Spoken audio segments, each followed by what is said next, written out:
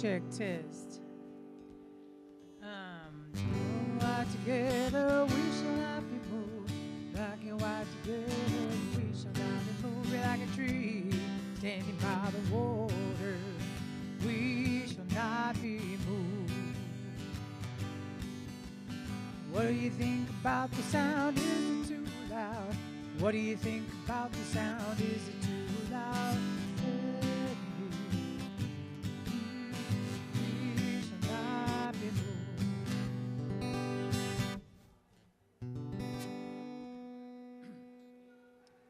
You know, I guess somewhere in this ballpark will be all right, I guess. How does it sound to you? He says it sounds great. He just checked the You know, darling, I would rather be able to practice my guitar just right now, but sorry. Am I okay to pull? hold on.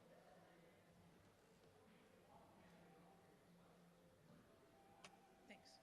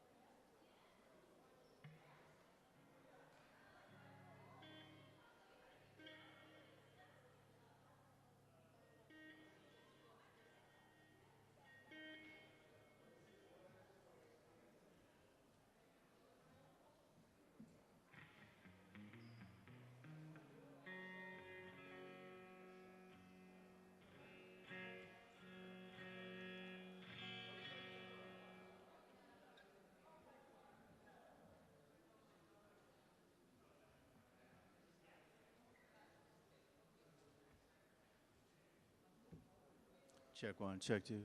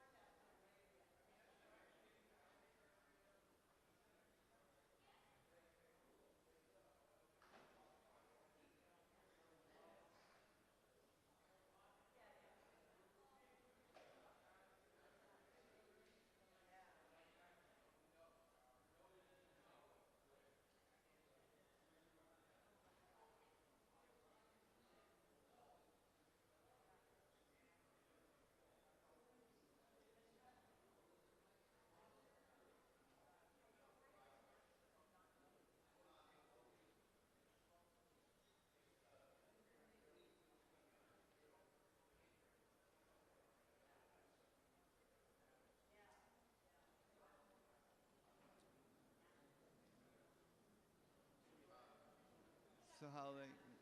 When are you gonna play? Hello, hello. Okay, it's on. Thank you. I know, but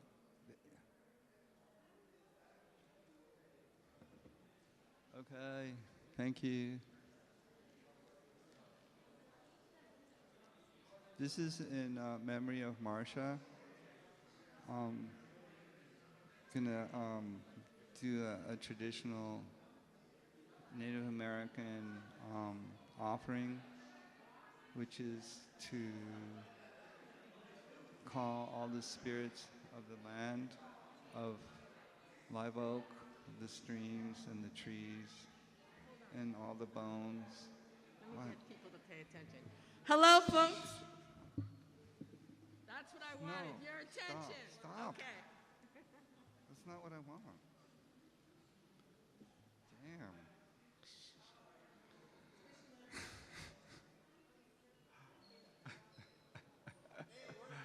Yeah, that wasn't my intention. But at any rate, so in the native way, so we invoke all the spirits of the earth, upon which we stand upon at this location. So we honor the ancient ancestors of the Lashan people and the various tribes and of species of plants and dolphins and animals that all inhabited the bay, that had intelligence, part of the intelligence of this place, of this planet. And so with that spirit of remembering Marcia within that spirit of that context and her bravery, she was very brave, stood up for her morals, and so we remember her. A lot of people remember her. So that's the beauty of her spirit, is that a lot of people remember who she is and honor her. So this is just a small prayer and offering and of gratitude for her life and for all the things she stood for. We're both happy and sad that she's gone.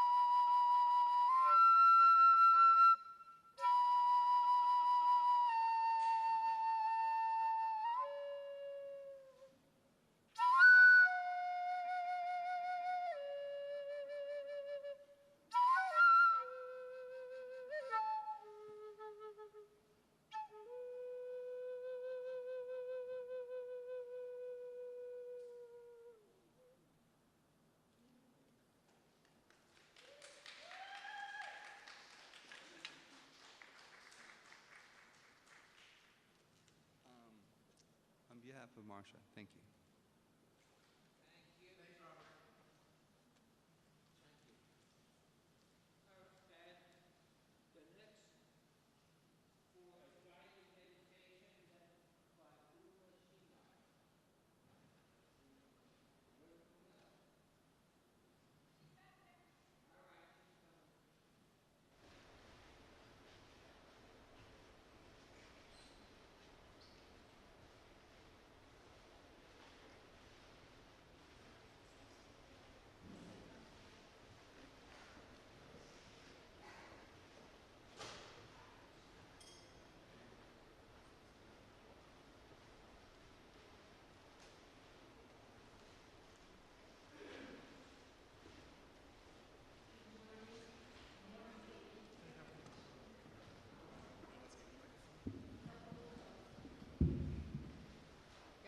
You need this? Okay.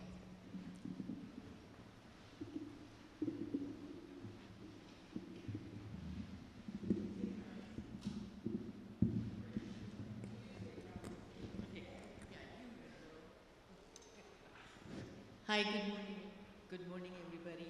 It's wonderful to be here. Sort of a perfect day in many ways. This is my friend Zach, and we thought to take a few moments to just sit in silence while listening to Zach playing Tibetan bells. We've tried to bring in little elements of our friend here, and there's food all morning. And then at 3 o'clock, we're going to have an Indian feast that will come in. So please stay, don't leave, because we have tons of food. So if everyone could just be in silence in whatever way that you describe silence. Silence to all people does not mean the sound of nothing. Silence just means a space where everything can come in and be still. So thank you.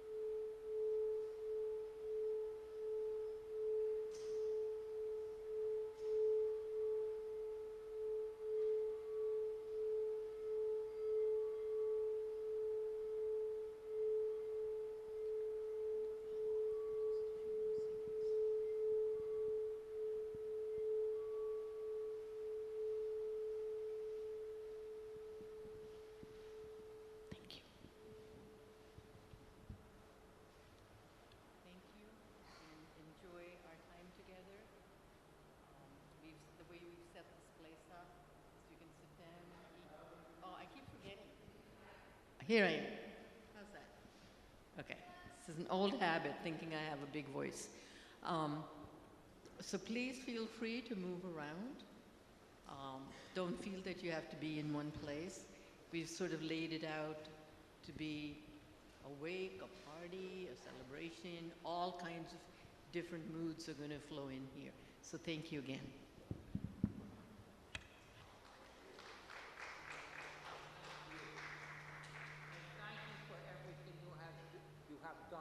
Behind the scenes.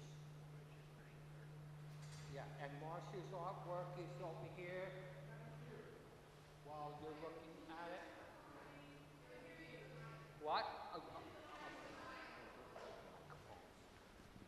Well, there's Marcia's artwork, and please take a glance at that too. It's going to be on for a long while. And our next reader is Buna China, please.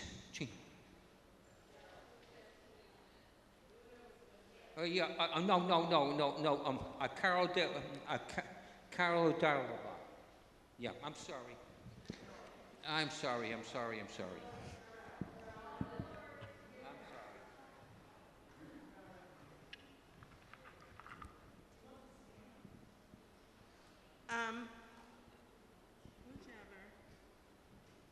I think I can handle this. Thank you, though. Hi, I'm Cheryl Davila. I'm a former council member in the city of Berkeley, the founder of the Climate Emergency Mobilization Task Force. I'm on the board of the Consider the Homeless, along with Paul, and also on the KPFA LSB board. And I also have a radio show on kpfz.org in Lake County. You can listen every Tuesday at 4:30. And I'm on the board of the Interfaith Council of Alameda County. So, I met Marcia while on council. She was an amazing human. I always appreciated her words at BCC, always on point, always respectful, and always looking out for the community. As was many others, Mama Crystal, 300, Mike Zint, Mike Lee, Barbara Bruss, Christine Schwartz, Paul, Nilang, and many others. We would see each other at First They Came for the Homeless encampment outside City Hall or in South Berkeley. But sadly, 300, Mike Zint, Mike Lee, Barbara Brust, and now Marcia are now ancestors. Rest in peace, rest in power. Marcia would call my office or my cell. She would always talk on the phone and was concerned about either Mike Zint or some other unhoused person. She'd call me to discuss the awful conditions in shelters, inquiring about the food, the housing, transportation. I remember she provided transportation for many folks, Mike Zint included, who was part of First They Came for the Homeless. He was housed in San Leandro, and she was appalled that they would put him there, so far away from his friends and support. But she would go there and help him out. And I remember I went out there to see his place because he would tell me, he would call me too and tell me about the conditions. And when I went, the window above his door, the glass was missing. The shower was about as wide as this podium. You couldn't even bend over in it. So Marcia would call me and keep me updated and abreast on all the issues of our unhoused neighbors that they faced on a daily basis. The Star Center, CBS News quoted Marcia as, "I mean, the place was dirty. The place was really dirty." But when she invited me to Berkeley City College to see the art show, I was taken back. As you can see, her art is incredibly amazing. I had no idea, because when you're sitting there on the stage at the on council, and you meet all these people, they don't tell you exactly what their life is like. We don't know. So thankfully, she organized Creative Unhoused. That was at the Expressions Gallery, and that was another amazing event of artwork from all the unhoused community. Not all, but some that were here. I remember telling me about driving down the street and seeing the foot hanging out of a rolled up carpet. And I couldn't believe it. I was like, wow. That intervention in 1999 led to the discovery of a sex ring right here in Berkeley. The FBI and the DOJ and Marcia did that. Marcia did that. She took the time to stop her car, check out what was happening, and look what happened. Recently, after being on council, I learned that there was a whole thing going on San Pablo right next to Wells Fargo Bank with sex trafficking. Who knew? So we have a lot of work to do. We have to stop traumatizing and criminalizing our community living outside. Let's change the trajectory for humans that are being murdered, martyred with our taxes. We have to look out for children, Palestinians, Yemenis, Cuba, Venezuela, all these people. I know Marcia would have that would want me to say that in front of all of you today. We must love, forgive ourselves, show love, and be love. Love ourselves so we can love. According to the Zionist publication Berkeley Side, some of Marcia's last words were, "God is love." So let's please take the time to de-stress, love ourselves, connect with family, and show love every day. We have to be in solidarity and do all that we can for our unhoused neighbors and for everyone, because we are all human beings living on this planet, and we deserve to have a planet that will sustain us. Thank you, Marcia, for your courage, your strength, and rest in peace, rest in power. Thank you all for being here to honor this amazing woman who took the time to stand up and be heard. Thank you.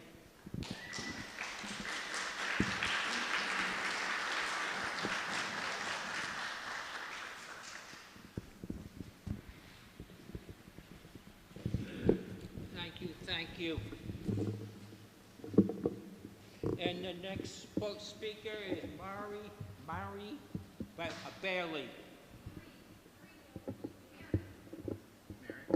Mary Berkeley.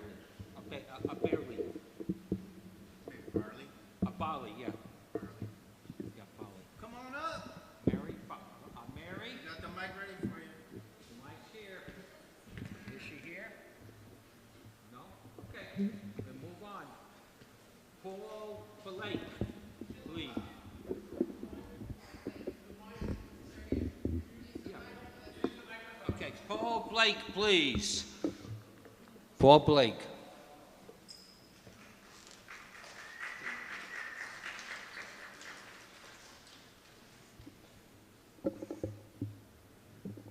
Get this down to my size. Aloha.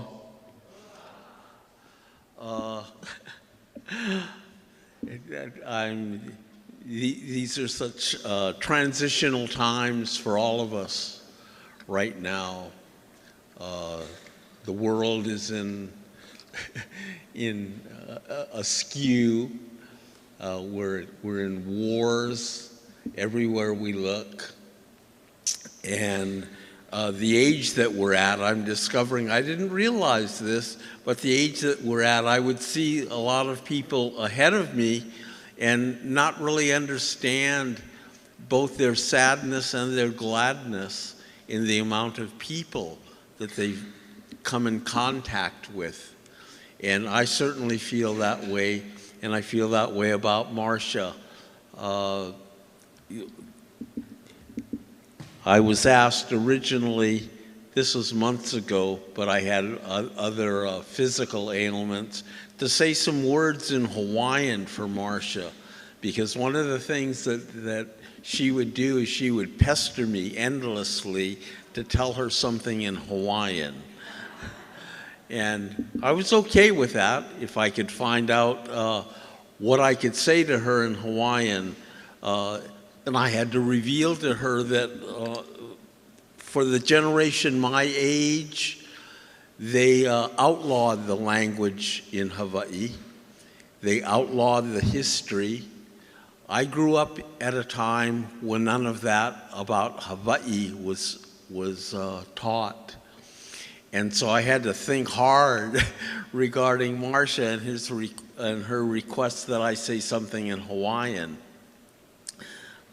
But each time that I'd see her, and I'd see both she and Louis often as they pulled into their driveway or curbside to park the car, and she would always stop. Louis would wander ahead of her, and Marcia would always stop to pester me, which I was so grateful for.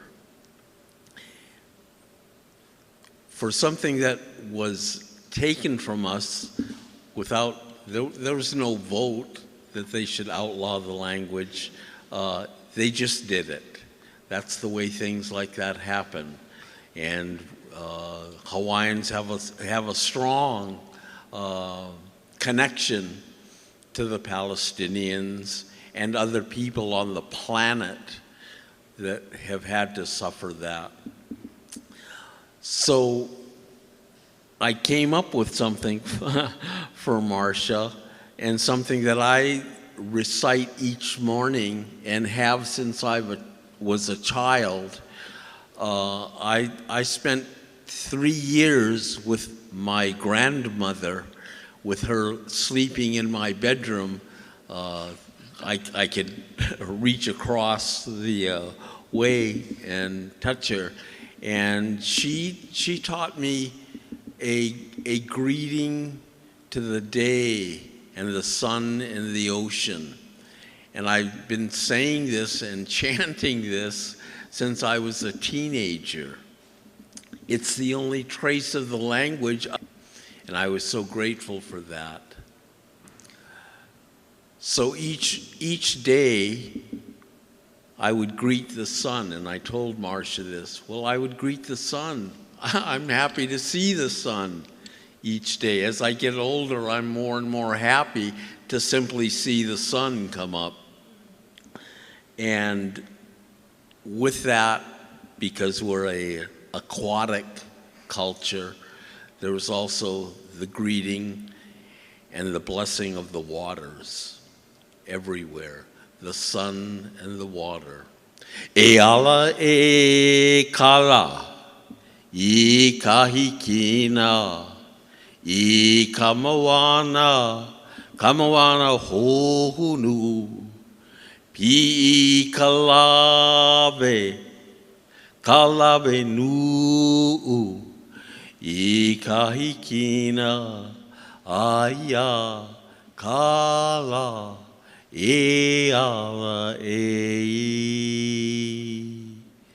And so Marcia would lean against the car as she waited to go up, and I would chant this for her as a bit of Hawaiian in her life. And that's something, this is really about Marcia. And I referred to her when they first told me about the precarious position that she was in.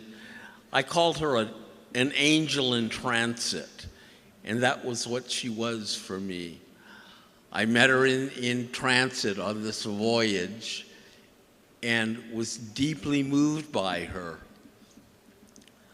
I also served in many of the organizations that Cheryl mentioned, as did Marcia. And she was always, again, an angel right here among us, always, day after day. I would see her leaning up against the car while Louis moved around, waiting to move on, and knowing that Marcia wouldn't move until she had heard the chant. And I was very glad to do that. And by doing that, it's more the passing of this language, of this vibration to her, which I was so grateful for. We don't get that all the time in our lives. And at the age that I'm at now, it seems so valuable. I'm so grateful to have that opportunity, even to speak the language, much less to greet the sun. I'm so grateful for that. And I would urge, and Marcia, more to the point, as an angel in transit, she'd always keep an eye on me about that. I'd ride around in the car with her. Cheryl had mentioned that she was endlessly providing transportation for people. I was often out in the streets of Berkeley passing out food, and there would be Marcia. Come on, come on in the car, let's ride. And we did, up and down 2nd Street, all over Berkeley. And the entire time I would hear her basically being the angel in transit for me.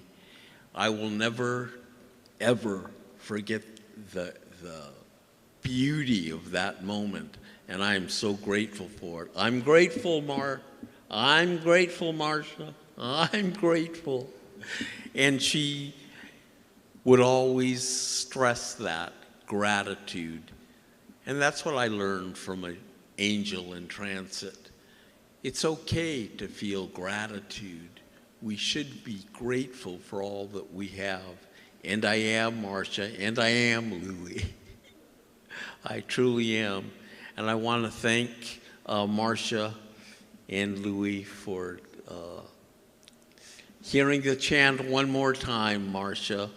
And the first time they'd asked me to say a few words for Marcia, I was not in the best of health, and I said, "Ahui ho." Tell her, "Ahui ho." See you again.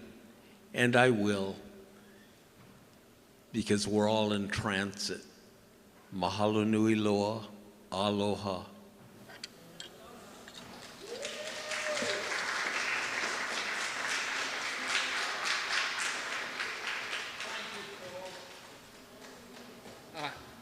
And our next feed is Kate Harrison.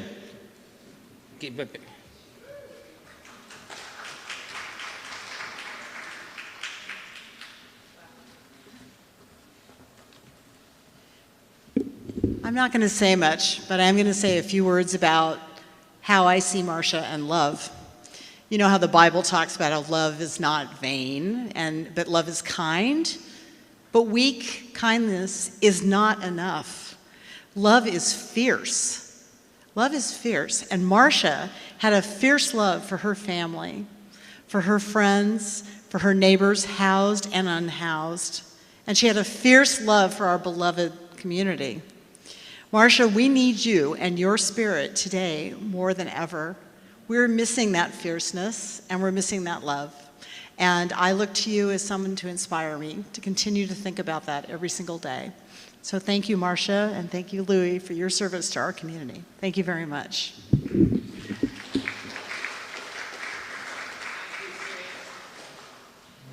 our next speaker is Jay Kalikian.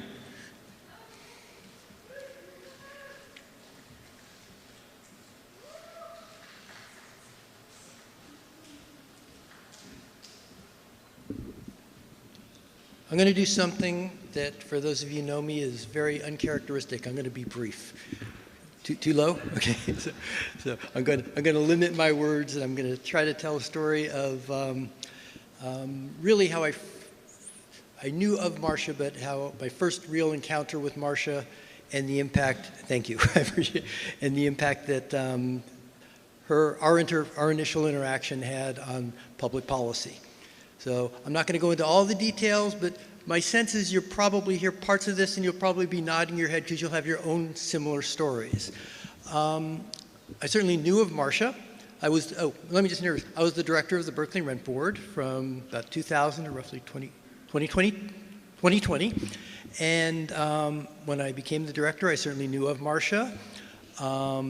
saw her at a couple meetings once I became director. And then I got a call in the early 2000s where she said, you know, you guys should really do mediation. We have a situation where there's a landlord-tenant dispute. It happened to be her building. And she explained what the situation was, what was trying to happen, and how she believed that there was good faith on both sides and that a positive resolution could come if we just did that. Now, for years, I'd been advocating for a mediation program. We did a couple, very informal, never really got off the ground. I trained people to be mediators. Never did it. I reached out to, once the tenants contacted me, I reached out to the landlord who's here. He was very agreeable. And we spent, again, without going into the details, we spent over 100 hours in the mediation, working at every detail, first building the trust, going back and forth. I can't believe that anybody would have sat through that. So she initiated that. All the parties were willing in doing it, but part of it was usually in a mediation, if it doesn't happen, tempers get frayed. You throw up your hands, you give up. That didn't happen, and that goes to all the people that were involved in that. But it started with Marcia's idea. Why is that important? Oh, and I believe it worked out. She's still, at her passing, she's still with a tenant there, and Louis is still a tenant there. So it was important for a couple reasons as far as going to the public policy side of things. First of all, it solidified the mediation program that I had envisioned but never really moved on up to that point. And the rent board has done at least a couple hundred, 200, 300, 400 mediations since then, hopefully most of them successful. So I'm a firm believer in alternative dispute resolution whenever possible, and that still might be a great idea that never happened, but not for her suggestion. And then the final thing was, and this is a credit to all the parties involved in that, is there was a big push by the developers in town. We were trying to enact, and those of you on the council and former rent board people probably remember this, that there was a big push the rent board was trying to push the council at the time to make sure we kept and expanded tenant protections against disputes. We were able to show that a small landlord was able to take these very same measures that we were trying to convince the council to implement and was still able to get by. So if they were, certainly Sam Zell and large developers could do this. So, and I don't know what convinced the electeds out there, but I believe that really helped in putting together many of the anti-displacement measures that are still in place. So.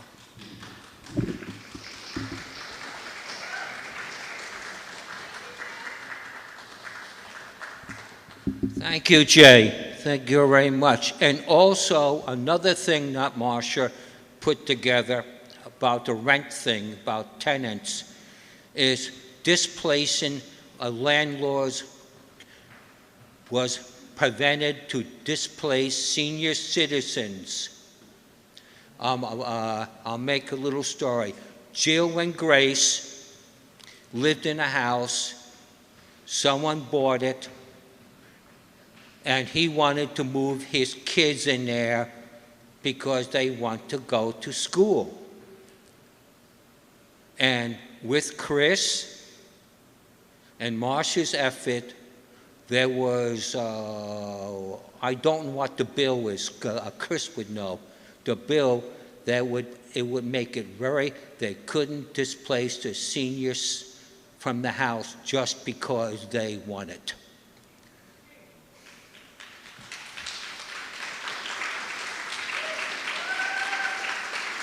All right, the next reader is Moni Law, please. I was right behind you, yeah. Thank you.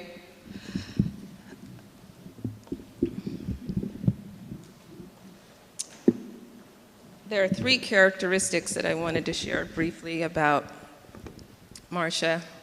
And as former council member Davila said, when she was quoted as saying, God is love, she herself carried love everywhere she went. Completely, 100%, unconditional. No expiration on that. And I really appreciate what you shared, Council Member Davila. Also, the former council member Harrison, when you said that she believes love is fierce. God is love, but love is fierce. So the characteristic that first came to my mind for Cheryl, she had a lot of chutzpah, a lot of nerve, a lot of assertiveness. And the best example of that for me was the time when some of you were in this room, when there were one of those sweeps at 3 in the morning on Adeline. Taxpayers' dollars used in a very bad way, with 20 police officers circling primarily disabled elders that were homeless. People are yelling, "Free Reverend Sally, free Reverend Sally." She's up in the, I think a couple of you were there. And here's Marcia Poole seeing that they were going to dump the walkers and all their belongings that were there in the middle of this area where people were sleeping. Good old chutzpah Cheryl, Marcia, and as y'all were saying that she had this kind of fierceness, she just pulled that tape aside. They had the yellow tape surrounding the area, moved it out of the way, stomped on into that space, grabbed the walker for the elder, gave it to him, and they did not stop her. The police had no ability to stop her power. So power to Marcia from all that she did. Her thoughtfulness also, you gave a couple of examples people have, how she'd look in on people. So James Reagan, who was in a wheelchair and had been hit by a driver in the crosswalk. And she said, "Moni, I can't reach him, I can't reach him. Can you go check in on him?" Checked in on him, he was okay. Sadly, you know, he died from cancer, and all those examples you have given, when they went to those places where people were kept, like Barbara Brust and I would get food to take to him because he was way out there, isolated, horrible conditions. No city of Berkeley that has the reputation, which is why I went to UC Berkeley, thinking we're a place of justice, should house people in those type of conditions, and she wasn't having it. So we always looked in on people, her bold, courageous thoughtfulness, her chutzpah, her compassion. So it was the final thing that, she and I share the same birthday month. So on Carnival, for my birthday, she was sad she couldn't make it because she didn't feel well 2 months ago in February. My birthday's February 11th, hers is the 13th. She said they both were not feeling well. She couldn't make it. So she couldn't make the party, but she was kind enough to extend a birthday greeting. And I just wanted to share one last thing because when she was looking out on her activism for people, her compassion was also to make sure that everyone should be housed. I just saw an elderly woman carrying her things and pushing a cart in the rain. Marcia called me 4 months ago. She said, "Moni, I've got this woman. She has no place to go. She has all of her belongings. Everything she owns is just in this cart, and there's nowhere for her to go. Do you have any ideas?" To my chagrin and anger and frustration, how many people know that we don't have a women's shelter in Berkeley? How many people know that we don't have a place for families to go? How despicable and unacceptable is that? This woman that she was trying to help, I was walking back from the marina and I get a call from Marcia Poole. Now you take a call when you get a Marcia Poole call because Marcia Poole has some stuff to get done. But to my frustration and on my promise to Marcia that I will attempt and continue to advocate for women's shelter. We don't have a domestic violence shelter, interpersonal violence. As an attorney, I represented people whose husbands killed their next partner. I represented women who had to change their names, go underground, change their children's names. It's a serious situation, and when you let people out on the street and you leave them there, they can die or be killed. So in Marcia's honor, I'm going to continue to try to advocate for what we should have a long time ago, and we should just have the warm shelters. Thank you for sharing that history. You know the warming shelters now that we have, it has to be 50 degrees or below, or 48 degrees or below. 45? 45 degrees or below. Then, thank you for raising it from 40 degrees to 45 degrees. Thank you, former Councilmember Davila. Did you know that? 45 degrees. And then when I had blind Tony that we were helping, we called it the thread because we just started calling each other, let's help somebody, they're on the street. There's a woman with a child in front of Chez Panisse. She has nowhere to go. It's raining. Where does she go? We got her a hotel room. A number of us pitched in.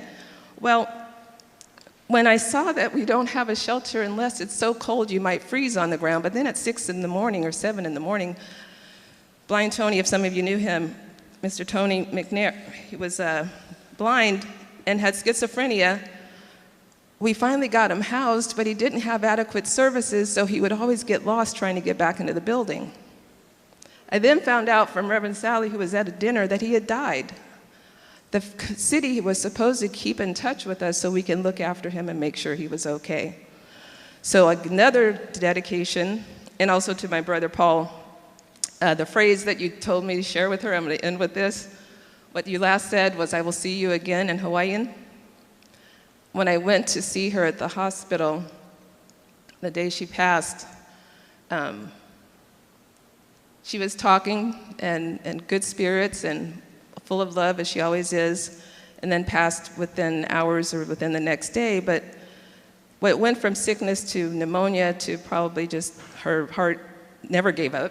Her heart never gave out, and she loves you so much. I just love, and I'm sorry for your loss. She's a very bright star that continues to look over you. So blessings to her husband, to her friends, to her family, and to our community that we can do better in her name. Thank you.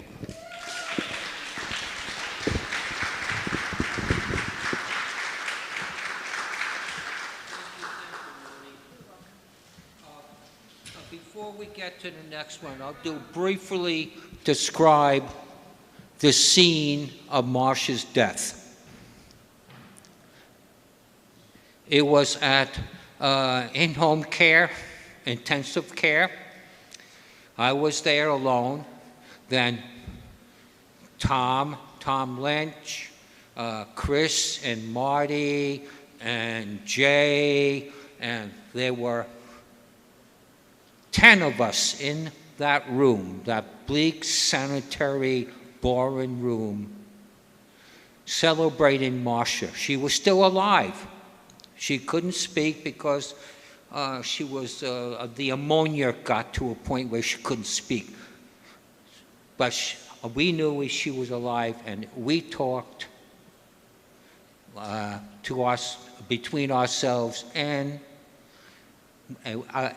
individually we went over and said, and held her hand and say, we love you, we love you. So finally, at the point where she refused to be kept alive artificially, and the doctor told me nothing could be done outside of that. So I gave permission to Puda, the breathing activist acting way, and we all went around the table, no, the bed, when she's still alive now, and we said a prayer and we cried. That's how Marcia died, physically. Being wanted entirely. And the next reader is Sarah Maneke. Maneke, please.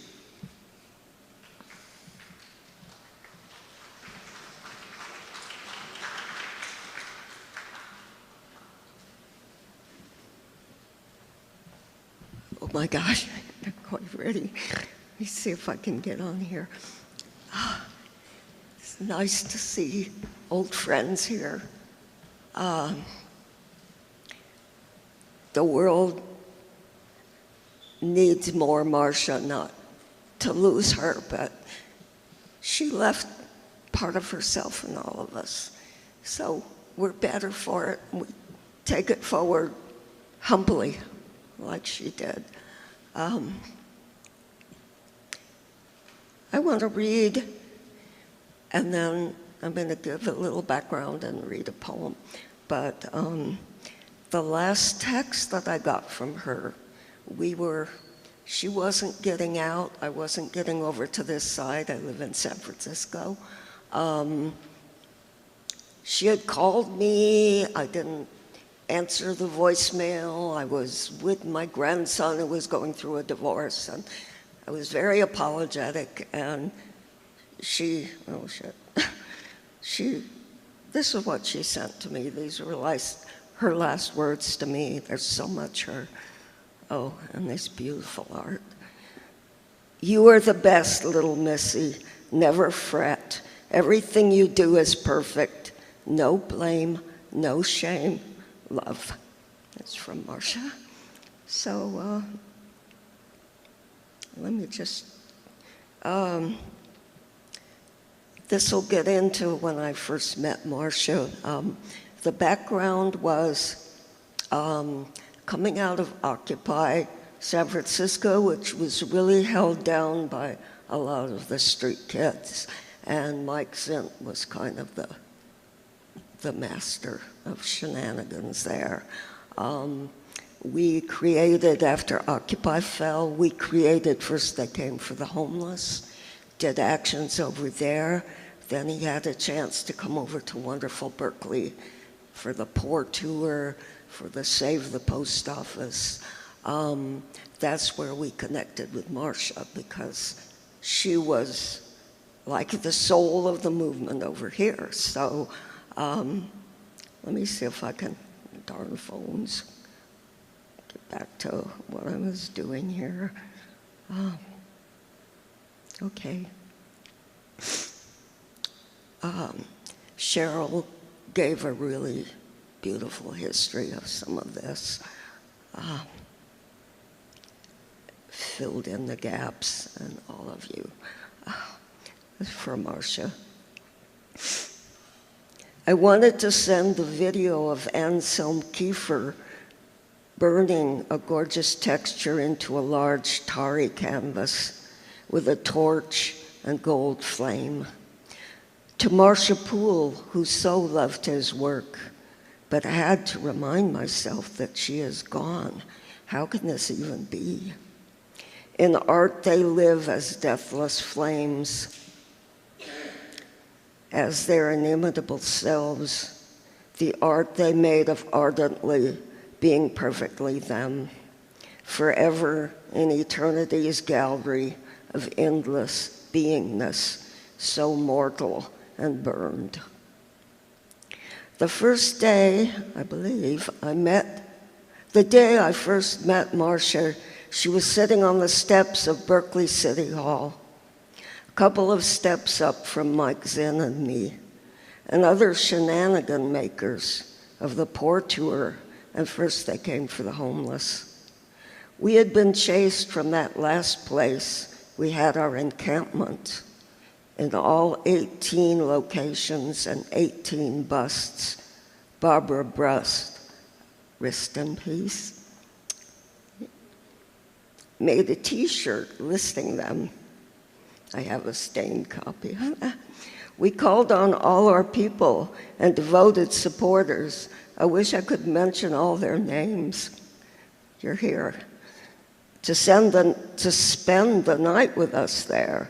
And I'm pretty sure that was the night when early in the morning, Mike executed his fondest action, the pouring of copious red blood of the homeless paint down the wide City Hall steps. Oh, what a spectacle was that. Anyway, there was Marcia with her smile and flowing clothes, looking so at home in the middle of our movement's high spirits. I saw how she delighted in it. I started to get to know her after that, found out that she was the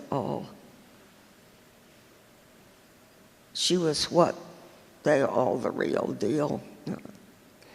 And as we got to be friends, heard her stories of selling what she had and taking a great leap to India to study with her comrade souls there and bring it back here so humbly, so silkily, as an artist and dear. Always showed up and was a presence of calm celebration and of joy, and actually of initiation. No matter what craziness was going down between the stresses of living in tents, out with the rats and the police send-ins and the wee hour police raids, she got it. She was there. She lifted us. All together with vision and quality, she hit the streets soliciting street artists' works and knew others in the camps, like her artist friend John. And what a party that was on opening night. What a display of what art truly is. This poem is getting too long, and there is so much else because Marcia felt like lifetimes, if you know what I mean. Riding beside her as she drove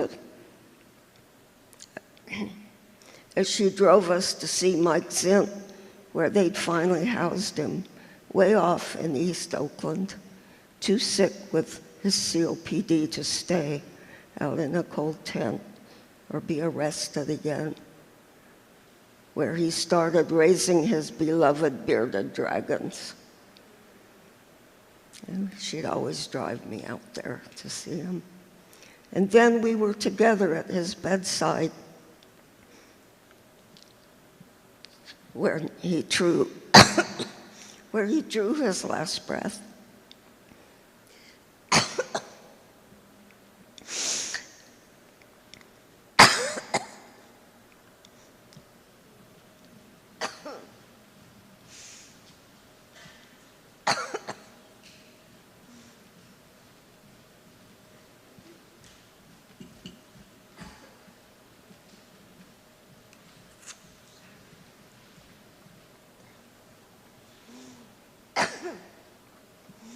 I have respiratory problems too, my old age. Oh yeah, sorry. Okay, there's just a little more. When he drew his last breath, Marcia, myself, his sister, other comrades from the struggle, watched him leave on Valentine's Day, her fellow visionary of a life of service to the angel of need. I wish she could be at my side when I take my last breath. Just about did. But maybe she will be, with her eternal humanity, to greet me and show me the ropes.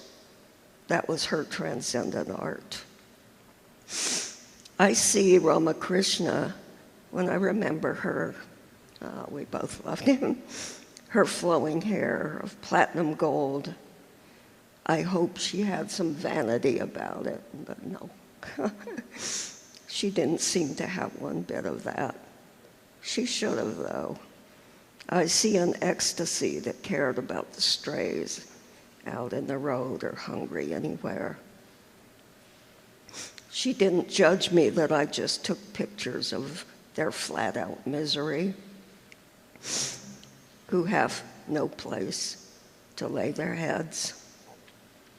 She who took them in, her fellow human beings, and gave them sleep and food, and took their sores like something seldom seen these desperate days. Here's to the russets and golds and pure yellows of her art, of the secret fires of a life lived, close to a vision of common good for all that lives. A little doggy, a homeless artist beside his visions, she put upon the walls of admiration. Oh, but that laugh, that deep earthly laugh, I hear it now and always will, of sweet mortality, of the lifetime of the heart, the peace of a life truly lived. Who can say that? Its perfect note, its perfect tear, its journey done, all living things loved. Marcia Poole presente. Thank you.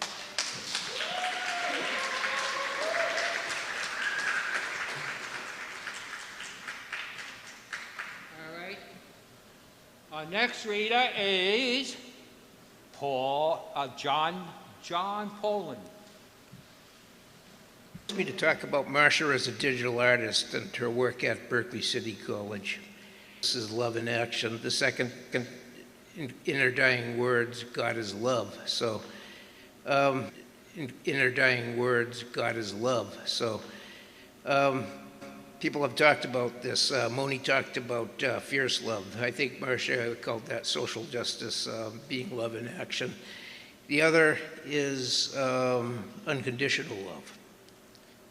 So I don't think you have one without the other. So God and social justice can connect in many ways. One possibility, as Paul mentioned, is found in the word pilgrim. Marcia admired pilgrims and went on pilgrimages. Pilgrims are wanderers whose spirituality is expressed in terms of a voyage with some greater purpose. Consider her life story as a pilgrimage. She wandered as a child with her military family. She got a BFA, was told that as an artist she was going somewhere. She embarked on an artistic, geographic, and spiritual journey that took her to India, then to Berkeley, where she landed and identified, as she told me, as a bohemian. So it's a very good word to describe her. So, well, bohemian wanderings into Northern California call to mind Kerouac's reference to Bodhidharma questing for air in the fields of sky. Actionism, standing up and doing the right thing. That was always Marcia. Okay, so let's talk about her digital art as expressions of love and social justice. So Laurie and I went to Marcia's hard drive. We retrieved the art that you see there. And I can explain this later, but so all of these were, I mean, generally it was possibly about child sex trafficking called Is There Hope? And, you know, that may very well be a reference to Berkeley's own Epstein class. Immigration, environmentalism, fracking and mining, exploited labor, the position of mine workers, then also nature, Asian themes, and my favorite was called Women USA. So the heading here, number 8, is anti-fascism / kleptocracy. That is women going into the light. Well, you know, that seemed very very relevant to today's talk. My first choice was Marcia being arrested, but much masterful work of advanced features in a tasteful way that didn't just look kitschy, which is a problem with Photoshop. You use those filters, you gotta, to make art, you have to be able to hide the fact that you used them, unless you, that's the point of making the art. But worked a lot with color saturation and value. She tends to move from the somewhat to the very abstract. Among her favorite artists and movements were Anselm Kiefer and abstract expressionism. So Buddhist values, empathy, compassion, understanding, nonviolence, seeking dialogues, pursuing social change and equity. These things. So I think she liked the angel there. So she was just, can you say? So thank you.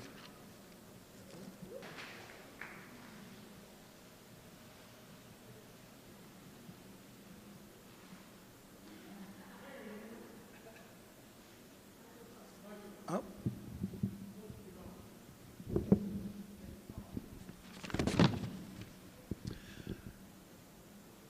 I'd like to start by thanking Marcia for something that she did today.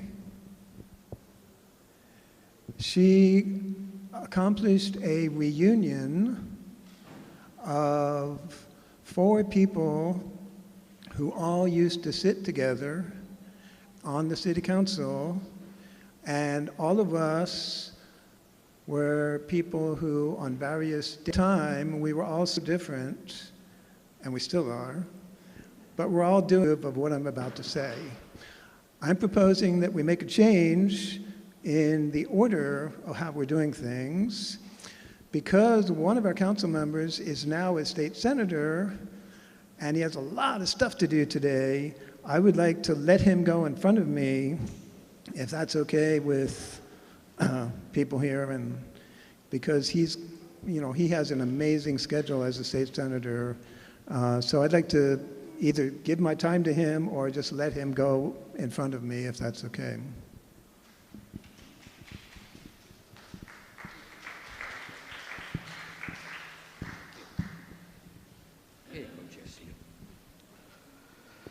Well, good afternoon.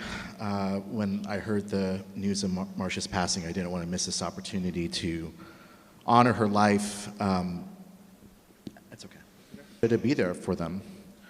And as was mentioned earlier, when Berkeley saw a surge of evictions in the late 1990s, Marcia worked with former Councilmember Worthington and many others to pass Measure Y, to make sure that we had protections against owner movement evictions for seniors and other working people in Berkeley. And to this day, that law has protected thousands of people and kept them stably housed. And we know that in 1999, when Marcia was driving around town, she came across something that became one of the darkest chapters in our city's history. She saw men carrying an unconscious girl wrapped in a rug and putting largest landlords who cited the incident in Berkeley as the primary reason for why she introduced this bill. And the landmark legislation, which was signed into law, is now the law of the state of California, increased criminal penalties for human trafficking. The state of California increased criminal penalties for human trafficking and provided survivors of human trafficking the ability to bring civil actions against traffickers to get monetary restitution. And once Mr. Lockeretti was in prison, Marcia did not stop advocating against human trafficking and sexual abuse, and worked institutions from city council meetings to courtrooms,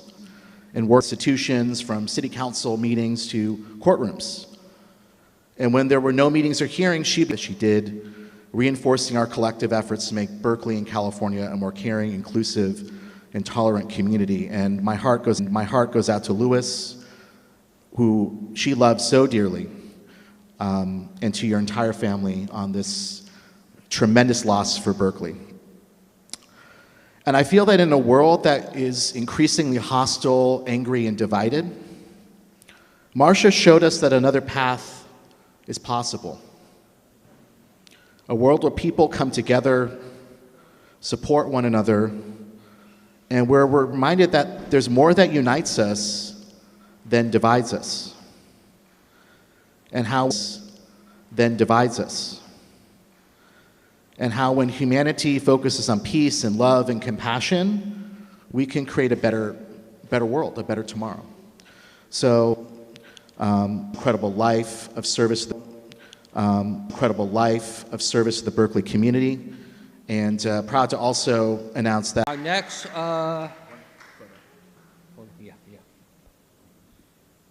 Right. And our next person is Igor Tribut.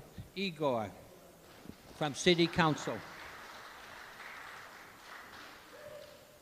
Let me get out of your way. Thank you, Louis.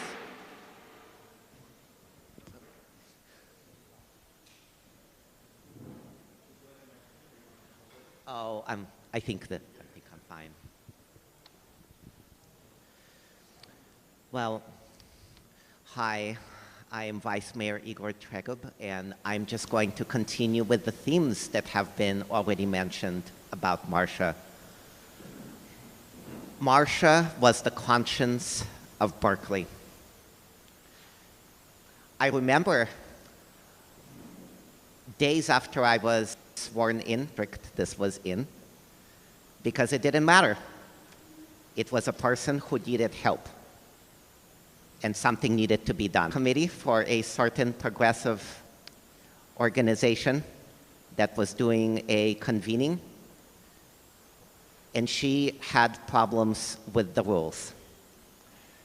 And I remember explaining to her the thought process behind how we arrived at those rules. And she wrote me back a respectful but strongly worded note saying, no, the rules are still not fair. And looking back at that now, years later, she was right. Marcia was disenfranchised. And if we did that, or at least if we gave it the good college try, then she wanted to be a part of it, no matter how busy she was, and no matter what the stakes were, including for her. I remember a stressful time when some of us were involved in litigation involving a certain very large landlord. And she wanted to come to the appellate court case. And I asked, are you sure? She was like, yeah. And I want to sit, because what are they going to do? I'm so grateful to have had the opportunity to thank her for everything. Is a testament to how much she truly made an indelible impact on us. So there is a proclamation I wanted to read recognizing Marcia Ellen Poole's life and legacy. Whereas Marcia Ellen Poole was born in 1943 into a family devoted to service, the daughter of Colonel Luther Poole and Mary. In 1999, Marcia showed remarkable courage by stopping a Berkeley Expressions Gallery in Berkeley, a landmark exhibition highlighting the artwork of people experiencing homelessness, bringing together artists, advocates, and the community, reflecting her belief in the dignity and potential of every person through celebration and recognition. And whereas a tireless advocate of both residents, Marcia and is survived by her husband, recognizing her dedication to justice and compassion and expressing deep gratitude for her lasting legacy. And all my love to you, Louis, and the family.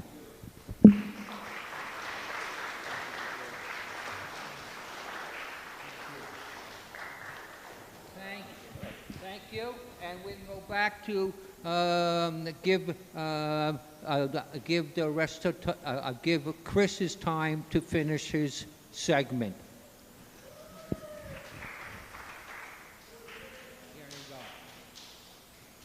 There you go, Chris. Thank you. So it's hard, if I speak extemporaneously, given the decades I had with Marcia, I could go on.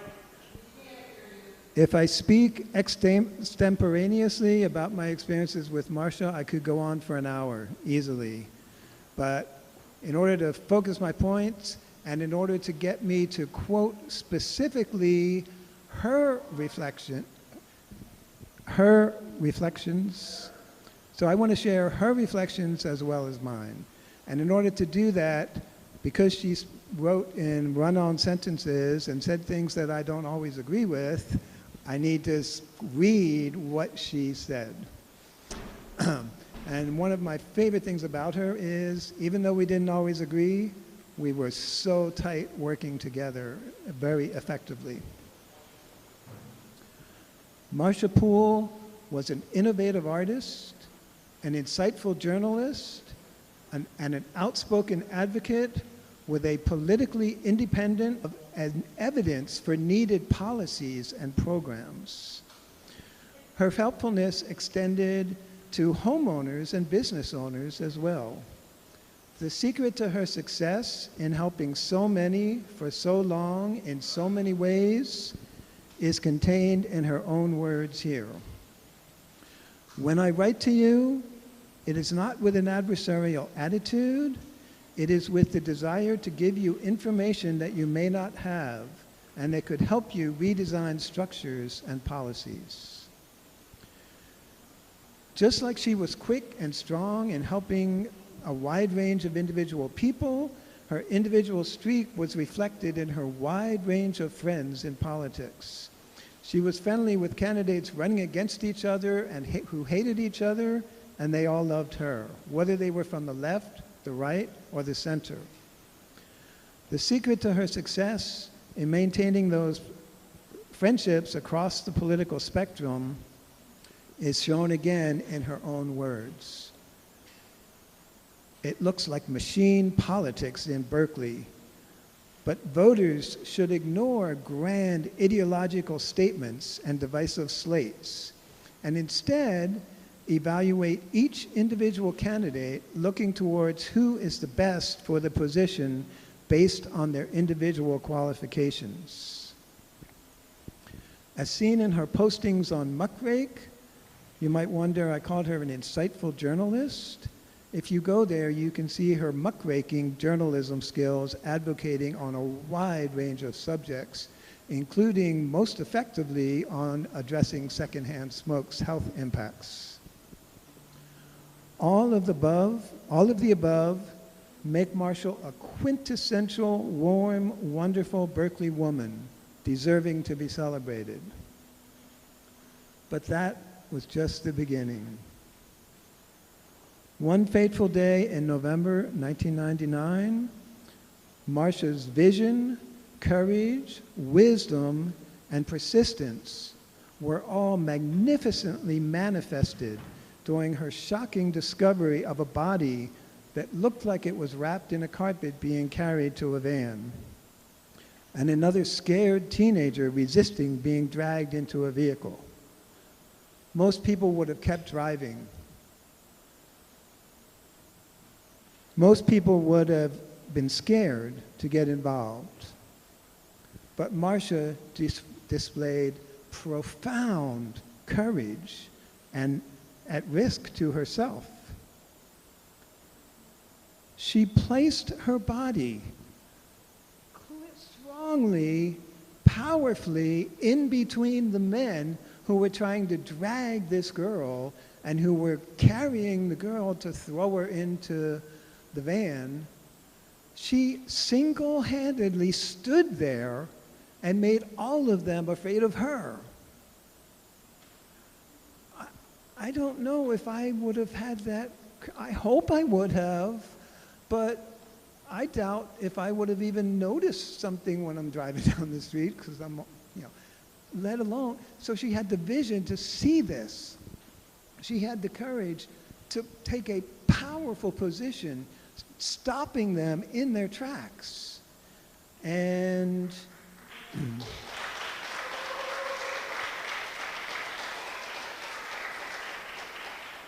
she had no way to know whether these men would hit her, whether they would throw her aside just like they threw the girl who died. They threw her underneath the well. Were the first steps to expose what the Alliance of South Asians Take in Action called an extensive scheme of sexual and labor trafficking and exploitation. But that one day was just a tiny beginning of this struggle. In spite of her incredible efforts, the police, the district attorney, the city manager, everyone in power said, and they made official findings, this was a sad accident. That's all it was, a sad accident. Marcia and a lot of us were outraged that would be the official finding. And Marcia and Professor Diana Russell organized protests. They pressured, they repeatedly, wouldn't they have shown some emotion?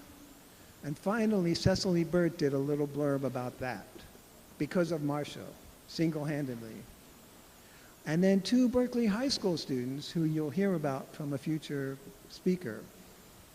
One of them decided to commit her entire career to journalism because of her experience with Marcia and this case. And she was so aghast at how the media mistreated the subject that she decided to commit her entire career to journalism, and she's gone on to great heights, internationally and nationally. Marcia then organized people to attend the criminal trial, which ended up, after years of getting him sentenced to 8 years in prison. But she still wasn't finished. She organized to support the civil action for 10 people, which ended up getting the parents of the dead girl $8.9 million in a civil action.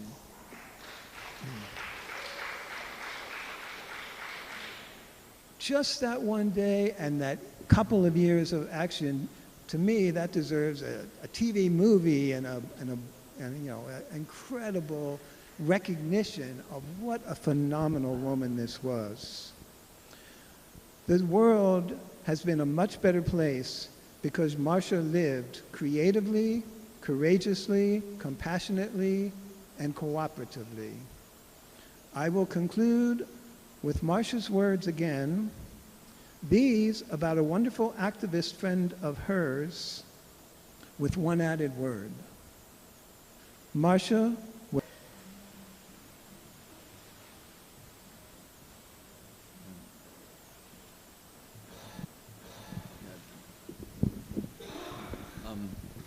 Good afternoon.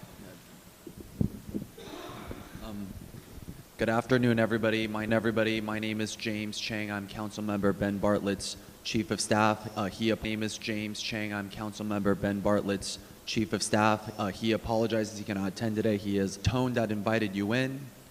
She built partnership. She built understanding, built closer rather than pushing them apart. That is rare. In public life, we often talk about information, data, reports, metrics. Marcia gave us something deeper. She gave us 2 kinds of truth. First, material truth. Marcia showed us what was really happening on our streets and helped us see clearly. Second, moral truth. Marcia reminded us not just what is happening, but what is right. She saw dignity in us, not just what is happening, but what is right. She saw dignity in people and called us to do the same. That combination drives change. Because her family and friends, we hold you in prayer, and thank you for sharing her with this community. Councilmember Bartlett, along with reading the statement, wanted me to specifically share his family's poem for the righteous who have passed. Life is a river, and it must run its course from the trickle to a stream and back to its source. On behalf of the City of Berkeley, District 3, South Berkeley, we commend Marcia for her service and her lasting impact. Her work continues in us. Thank you.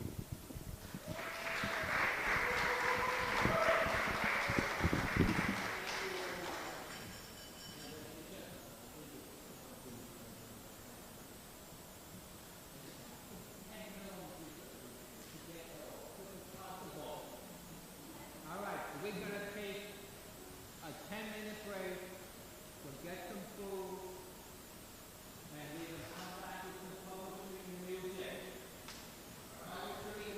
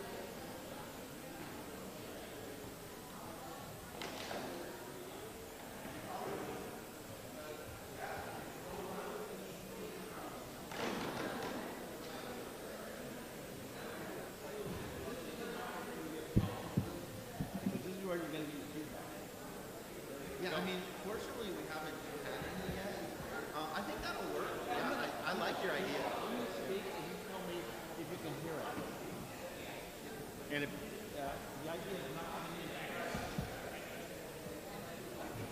1, 2, 3, 4. 1, 2, 3, 4. A, B, C, D, X, Y, Z. 1, 2, 3, 4. 1, 2, 3, 4. 1, 2, 3, 4. A, B, C, D, E, F, G, H, I, J, K, L, M, N, O, P. This is a test. We're trying to get it. Can you hear this well? Okay, great. Anybody who speaks at this microphone, literally make out with the microphone. Put your lips on it, and it will work really, really well.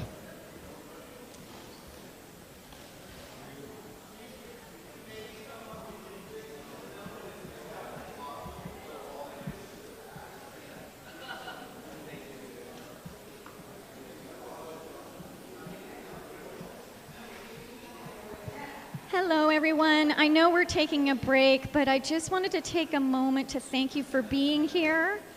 It means a lot to me, and I know it would mean a lot to Marcia, and for participating. We love you very much.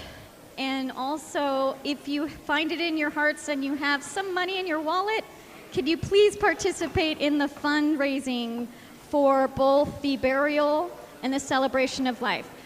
If you can't, don't worry about it. Thank you.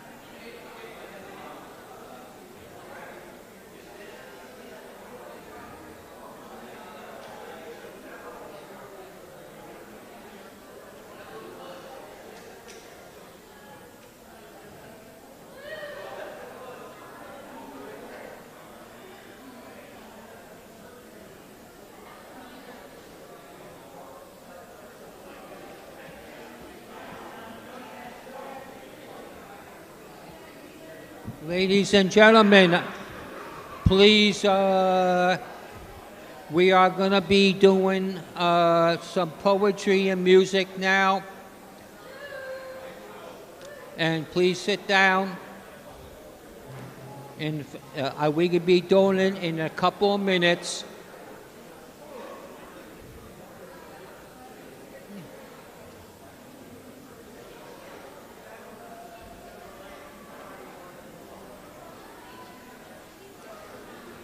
Hello, everybody. Okay. Okay.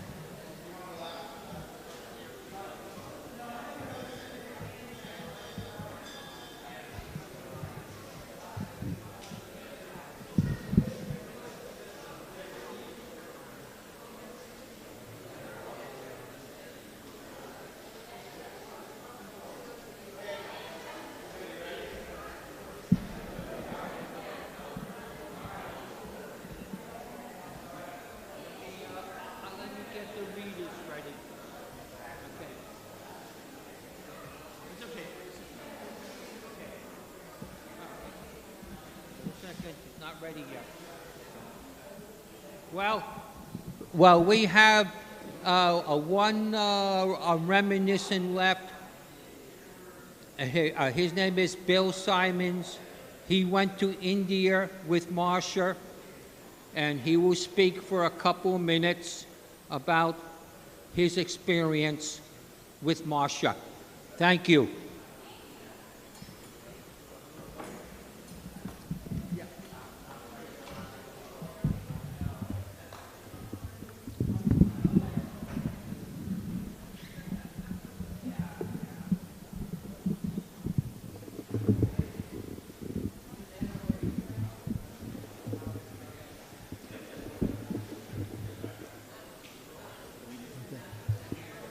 Okay, everybody, can you hear me?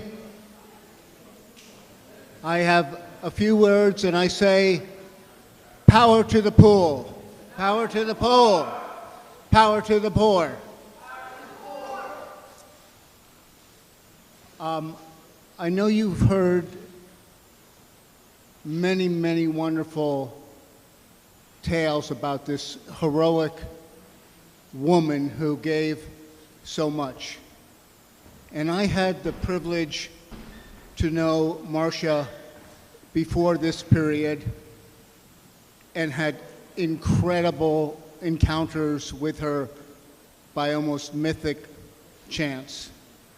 And I've written a little remembrance of her that I called Nomads of the Wind, My Days with Marcia Poole. In the glory days of the 70s, when I was a restless hippie with one hand waving free, Marcia Poole was the most important person in my life. Long before she tapped into her inner Rosa Parks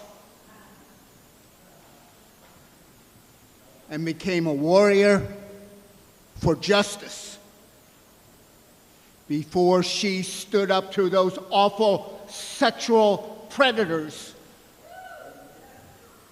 before she defended the poorest of the poor and became a great artist. I knew her as my fellow traveler, my companion, my guide, my Marcia. In 1970, I hitchhiked down from my Mendocino County commune to meet friends at an organic Chinese restaurant on Durant. There I spotted an attractive woman who reminded me of my dear friend, an Aquarian, Peggy Abbott. "Excuse me," I shamelessly asked the stranger, "are you an Aquarian?" Marcia smiled. "Oh, yes, I am. And I'm an astrologer, too." And so it began. But I was a restless pilgrim. I soon drifted off to the beaches of Hawaii, then zigged back to New York City. Our friendship deepened before she departed for India. I wrote her and told her I'd come and I would find her.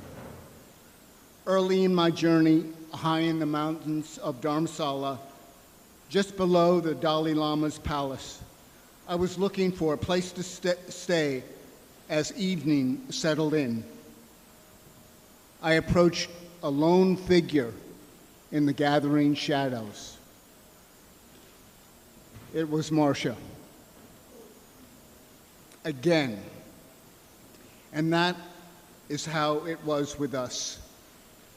Uncanny, somehow meant to be, almost gathering on earth. We were by the Ganges in Hadra. Her deep dive insights were edgy adventures. Her asymmetrical tapes grabbed you. Your imagination sizzled. Was she judgmental? Hell yes.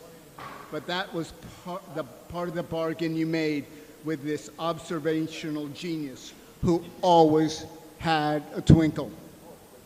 Whether it was chanting and meditating for months at a Muktananda ashram by a dusty Indian village, or wandering the teeming streets of Mumbai, adventure was our friend.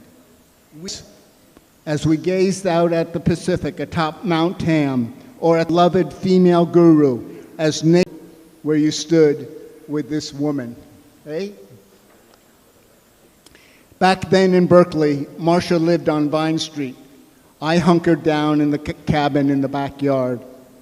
I'd go on to become a writer who focused on the sport of tennis, of all things.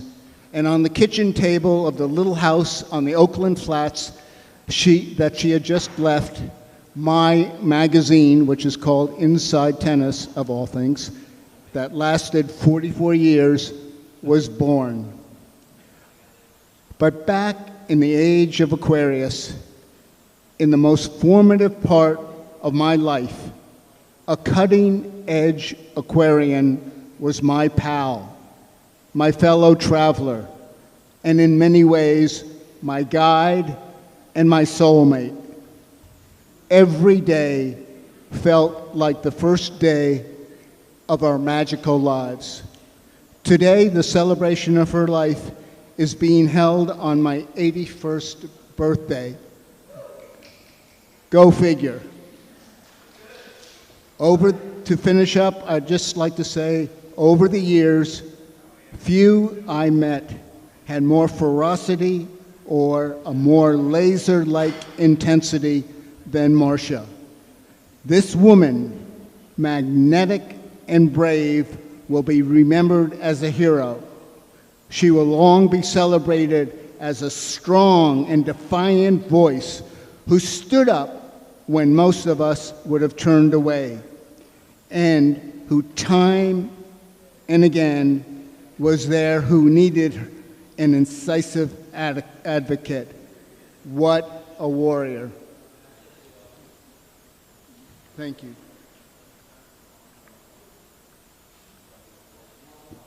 I have one more. Okay. Thank you very much. Lovely. All right. Christine Schwartz will read briefly about from the one book. I'll go quick. Thank you. Thank you again, everybody, for being here. So I'm reading from a book called Champion of Choice, The Life and Legacy of Women's Advocate Nafis Sadiq by Kathleen Miller. And I'll only read a couple pages because of time constraints. More? Okay, thank you. My apologies. Chanti Pratapati, Berkeley, United States. The universes of a rather unlikely group collided on a Berkeley sidewalk in November of 1999. 3 teenage girls from a poor village in India, a Berkeley graphic designer, and a multi-million real estate tycoon. Designer Marcia Poole was driving west down Bancroft Way in Berkeley, running errands in preparation for Thanksgiving the following day, when she noticed something unusual. The setting looked benign enough on an autumn afternoon. A tree-lined residential street, only two blocks from the UC Berkeley campus. She passed a white apartment building, the type of nondescript 70s architecture thrown up hastily to house students. But for some reason, a teenager into the van. But this girl was resisting with all her might. Years later, as I stand here at the scene interviewing the witness, the hair is standing up on her arms as she remembers her shock and feeling of danger on that November day. As the group pushed and pulled the girl toward the van, Poole jumped out of her car and demanded to know what was happening. There was a portly, baldy man in his 60s, all dressed in white, standing off to one side. He comes over and says to me very authoritatively, "Go away. This is a family affair. This is none of your business." However, she did not go away. Instead, she hailed a passing motorist and asked him to call 911. Everyone froze into a type of standoff, with the Indians holding their captive and watching Poole, who blocked their way to the van. No one spoke, but after what seemed as an eternity, they all heard sirens.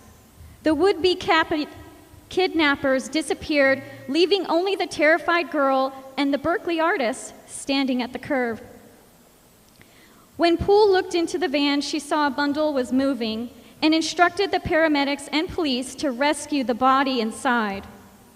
The portly gentleman reappeared, and as the police tried to question the teenager, Lakshmi Patatati, I don't know if I said that correctly, I apologize, who spoke no English, he offered to translate her language, Telugu, for the officers. Laki Bali Reddy, the helpful translator, turned out to be the largest private landowner in Berkeley, the owner of 1,000 rental units. Other members of his previous entourage also reappeared, and he introduced the parents of the girl wrapped in the carpet to police, explaining that they had been trying to take the girl to the emergency room when Poole stopped. Law enforcement took Lakshmi into custody, and the ambulance took the unconscious girl, Lathitha Pratapati, to the hospital where she was treated for carbon monoxide poisoning and released on Thanksgiving Day with her life to be thankful for. However, her sister Chanti was not so lucky. And due to time restraints, I'm going to leave this book, I recommend it highly, on the side somewhere so everybody can read it. Highly recommended. Thank you for your time. We love you, Marcia.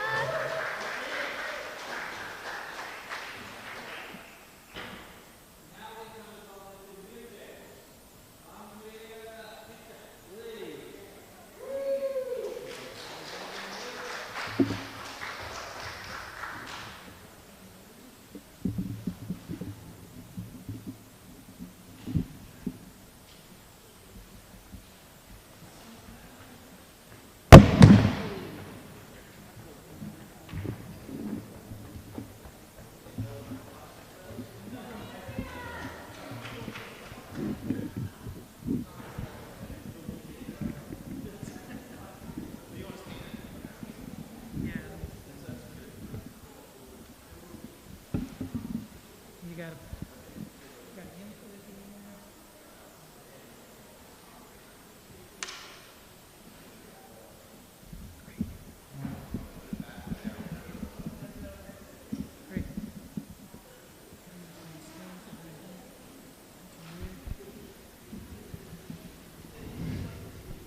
Well, thanks to everybody for this day of uplift. I want to thank Christina Schwartz.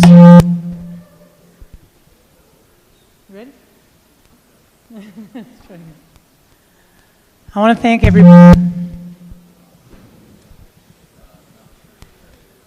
Is that off?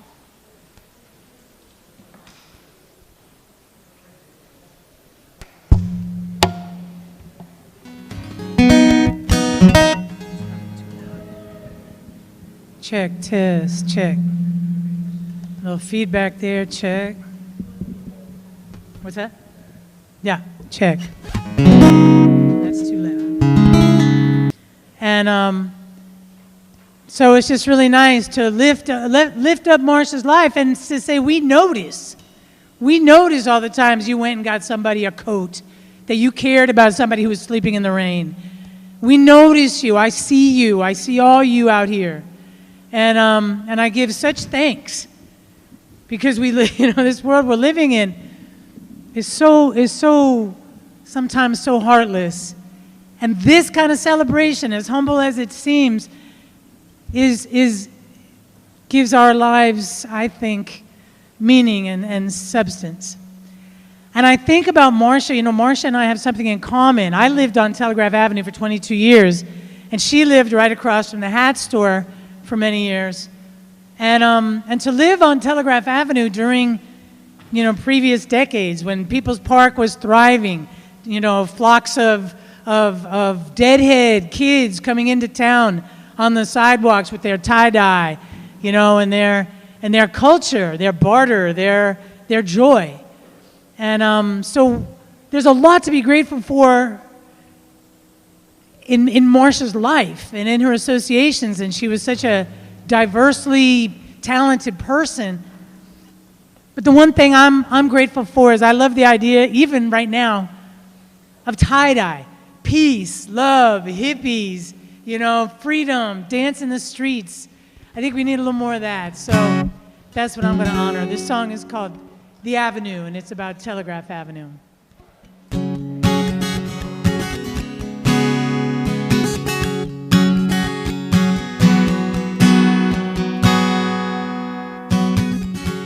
The avenue's a river, I have watched it for years.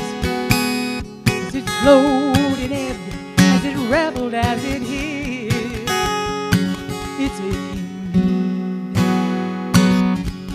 beauty like a flower, fragile as a flower, child grown old. She's reaching out to strangers for love because there's no one else to hold. Because the way this river you just hold on all your might.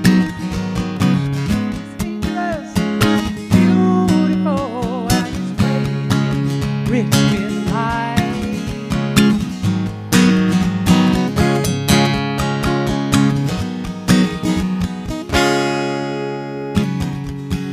The avenue's a river with predators and safe shore. Yeah, is a late night friend who welcomes me when no one's home. Flocks of tattooed children, they land upon these shores to rest their wings by the river bank when there's nothing else so sure. Because the way this river flows, you just hold on with all your might. It's dangerous, beautiful, and it's raging, rich with light.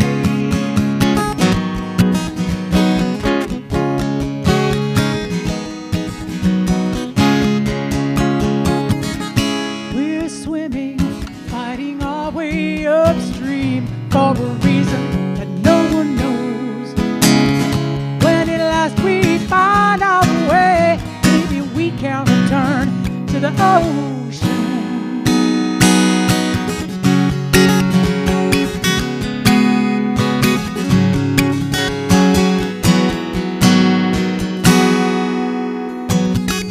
The avenue flows out of ago. This river made me the way I am, and it carved me like a stone. Some they walk so quickly by that they miss the fortune teller. When you look into that place, there's won't you read between the lines? The way this river flows, you just hold on your mind. It's dangerous, it's beautiful, and it's great with life. Crazy with life, yeah. Crazy rich with life, yeah.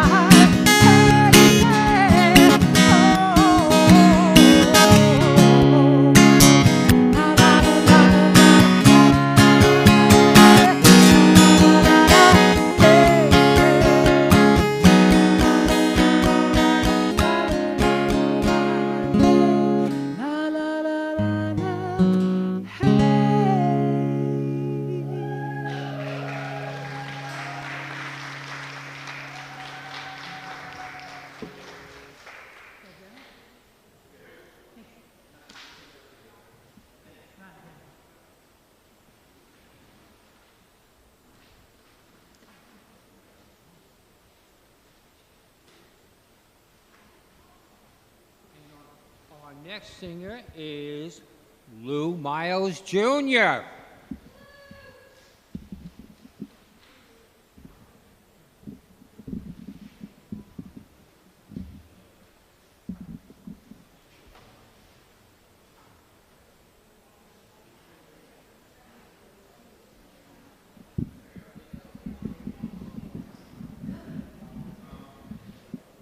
So I didn't know Marcia, but Christine invited me, and the more I hear about her, the more I like her. And it's an honor to be here, and like you know, I'm friends here. I know we gotta run out of time to do this, but yeah, you know, I have some friends here. I've been in Berkeley a long time. I've been sued by a shady landlord. And anyway, it's an honor to be here. I thought, you know, it might be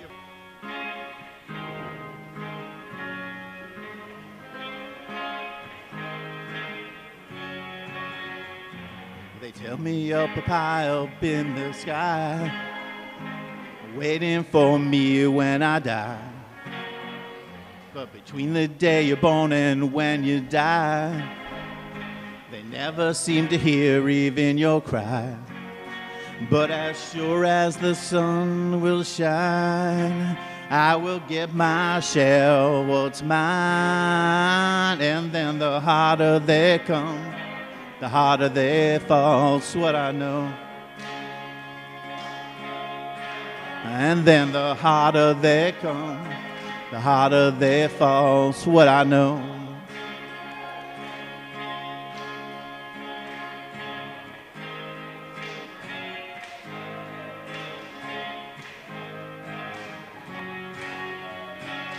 I will get my share of what's mine. And then the harder they come, the harder they fall, it's what I know. And the harder they come, the harder they fall, it's what I know.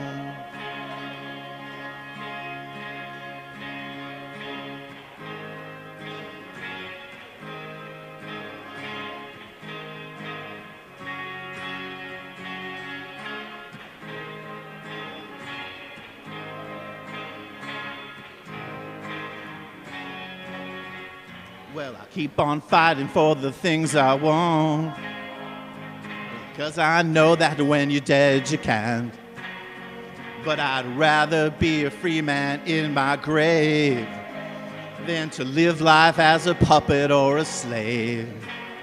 So as sure as the sun will shine, I'm gonna get my share of what's mine. And then the harder they come, the harder they fall, it's what I know. I said the harder they come, the harder they fall. It's what I know.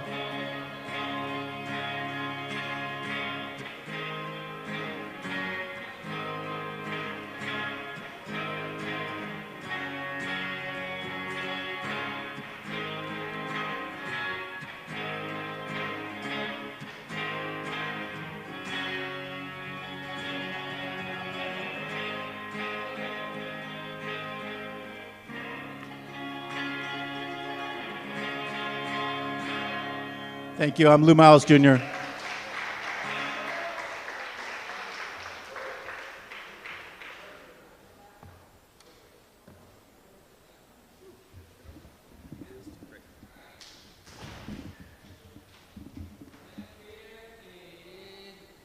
Fred Dotsworth, please give him a big hand.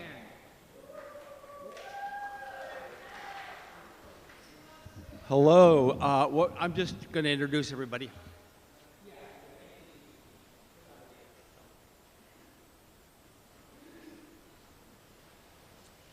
One, two, 1, 2. Can you hear me? Can you hear me over there? We're good to go. Okay. In March, Berkeley lost 2 great American heroes, great Berkeley heroes. First was Marcia Poole, and the second one was Country Joe McDonald.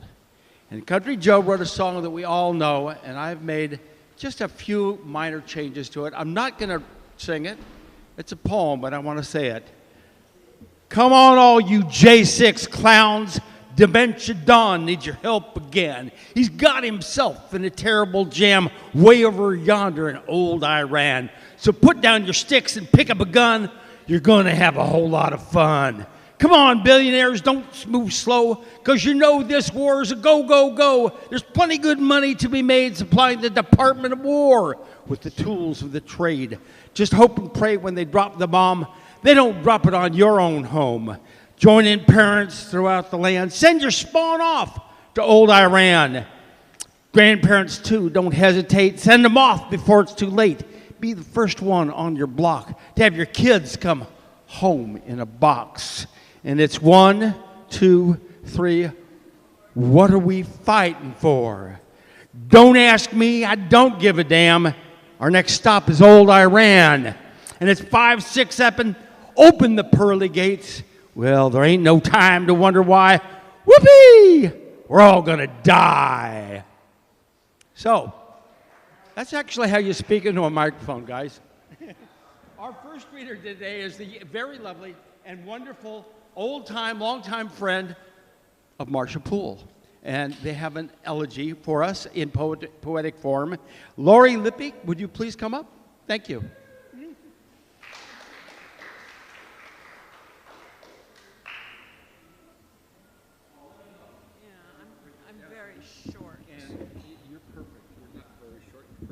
Hello? Yeah, now get right on that. Get right there. Hello, hello? Yeah. Is it clear? I can make it. I want it. No. Okay. There. See how Okay. close it is? I want it clear. But now I can't move. All right. This is a true story. Like all the stories today, this is another true story. The other day, we saw a redhead walking down the sidewalk in her floaty black coat. I tried to see her face, but somehow the angles would not work, or the math was off. I knew who she was, and I knew the day could be interesting. Later, on a hillside meadow, pillowed in green velvet, a triangle-faced coyote surveyed me and my little white dog. We walked through 7 sunny meadows. Each meadow, a silent coyote basked in the afternoon sun. They all followed us with their topaz eyes. The repetition was like the hall of mirrors. In each mirror, a totem looked back, and then it was over. The bird song began again. The dog barked happily, and we all went home. Thank you.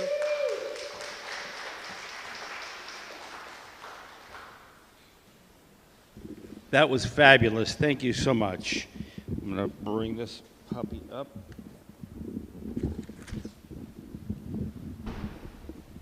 Okay, our next reader is Sherry Fraser, who lived for years and years and years in Berkeley. And she is a poet in the... This poem is about Oakland. Whatever. Meaning planters hauling in torn up, not moved or bothered, hauling in torn up, not moved or bothered when construction crews stop for afternoon fortification. Others work behind barbed wire, demoed wood, toxic paint. Inside, more bags. He points to a gap without words.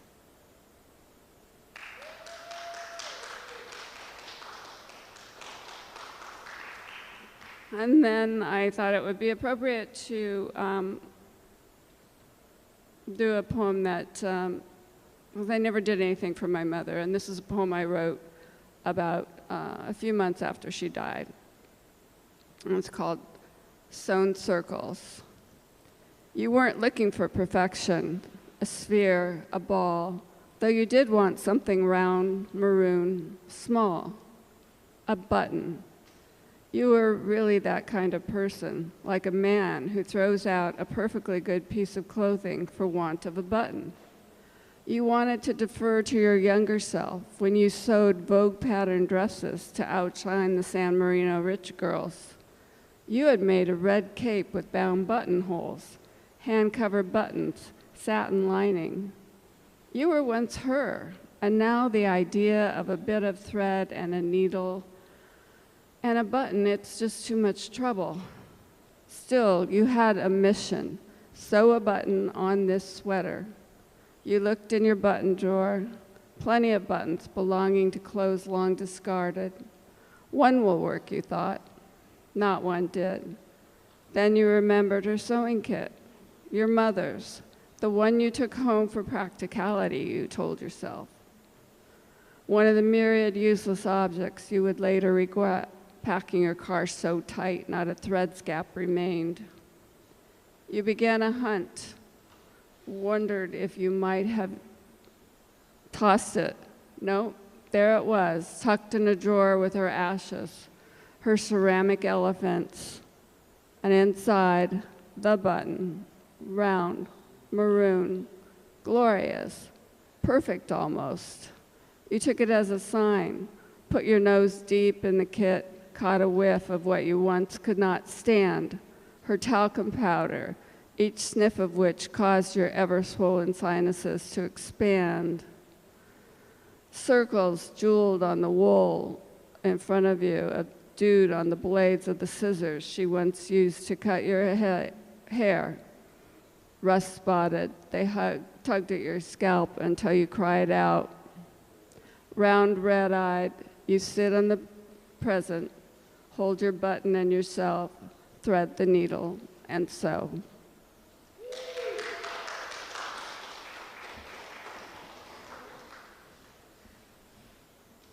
That book was published in Berkeley, and there are other Berkeley poems in that book, and the book is only $20, and Sherry did bring some copies.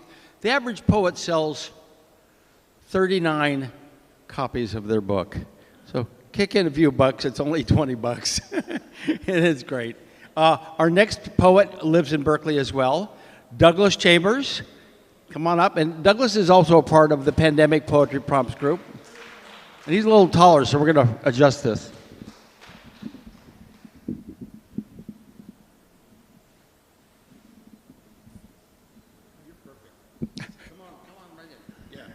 Hello. I am a panda, and We write to prompts, and I wrote to 2 prompts. They're kind of unusual. The first one was young lady, and the second one was, what is it? Oh, little man. So I wrote 2 poems. The first one's called Is That All You Got?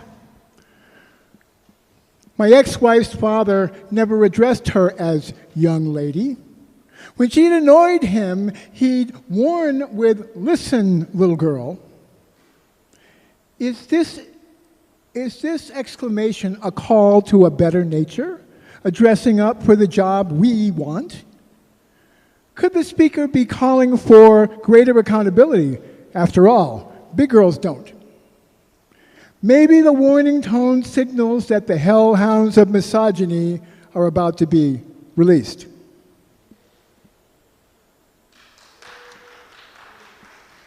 The second prompt, this poem is called The Page Itself. Mama's little man, little green man. Don't bother him, he's just a little old man. Little big man. This man thing is just a little thing. Tiny but perfectly formed. The feminine looms large, all over every place. I only wish I could fit it on the page.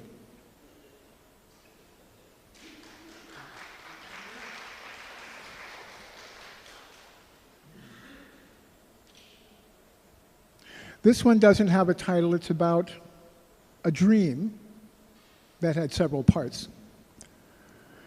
Red stains will probably always haunt people.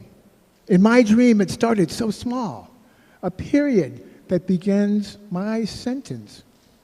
The sentence that had so many words, each one a day. A chain of pieces of brocade. Maybe most of them have happened. I've lost count. I know that the last image, the red spot that grew and grew and grew and grew, to encompass the whole world, all of it, has yet to be complete. The pinpoint of light, the hand-sized stain, the red cotton sheet, the laughing ceiling, all of it, and the idea of all of it. Thank you.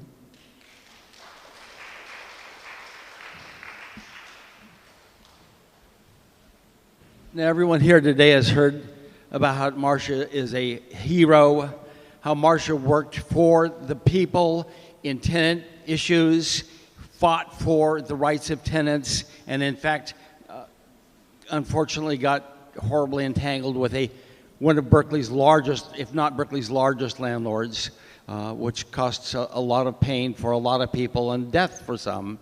But she was also a poet, and the founder, she with Lewis, is the founder of the Berkeley Poetry Festival, and she loved poetry, and she came to a variety of poetry events that I happen to have been at, and this is why we are having poetics here at what is normally probably not a poetic event.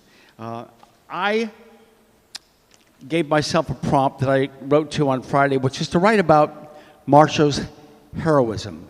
She was a hero. Shero, or heroine. And as is typical of poetry, it started off with one idea and ended up going in another direction. And it's titled, I Had a Nightmare Last Night. I had a nightmare last night, though I only remember the terror. Someone, somewhere, needed to be rescued. They were desperate, but I was afraid. I felt the evil laying in wait for me. There's always danger waiting for us to be weak. So many are weak, so few are brave. But that kid, you read about a young African-American man walking down the street, house on fire, children screaming. I don't need to tell you, but the young man had been in trouble with the law, of course. Every young black man has been in trouble with the law. It's relentless. Maybe he had a broken taillight. Maybe the cop broke it for him. But the house was on fire, the children were screaming, so he went in without a thought, got them all out alive, himself burned, but not real bad. Did I tell you these were white kids? It was a white neighborhood. Everyone commented on the young man's bravery. They were surprised he went in when no one else would. They were surprised he was black. He did what needed to be done at personal risk without a thought. That's how bravery works. You act, you don't think about it. He was a brave man, braver than me, because he did what was needed without a thought for his own personal safety. Everyone should, but we're weak people, afraid of everything. What a shame. That was dedicated to Marcia Poole, who was not afraid.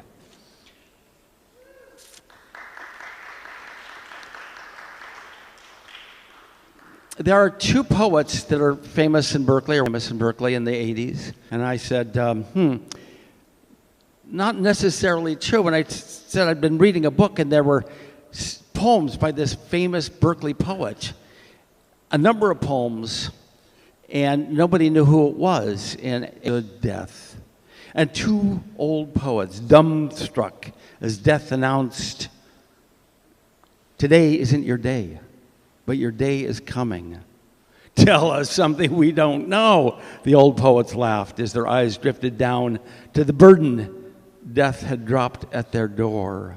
Then they bowed their heads to allow great sighs to escape, wet tears to fall. "I didn't know he was so close to the end," said the slightly younger poet softly. "He was our friend, our companion. We loved him well," said the other. His words were strong, his visions, even as death, waiting as patient as only death could be, slipped into sleep. When the sun came up, sleeping death and the old poets, deep in their cups, still wondered how it was they had allowed their old friend to slip away, so quiet, into the endless night, unnoticed, unmourned. Death awakened, gave them the answer. He took to hiding in dark rooms with the lights turned low, said Death, his curtains drawn tight to keep me out of sight. He only wished to keep the world away, said the old poets. We know his loss and sorrow, said one. I feel it so myself. We are of yesterday and not fit for this day nor the morrow. We were once so fierce as to fight in love and life, recalled the other wistfully. Yes, but I'm tired now. And with so many who have gone, I'm understanding that next we have Sharon Coleman. Is that correct? All right.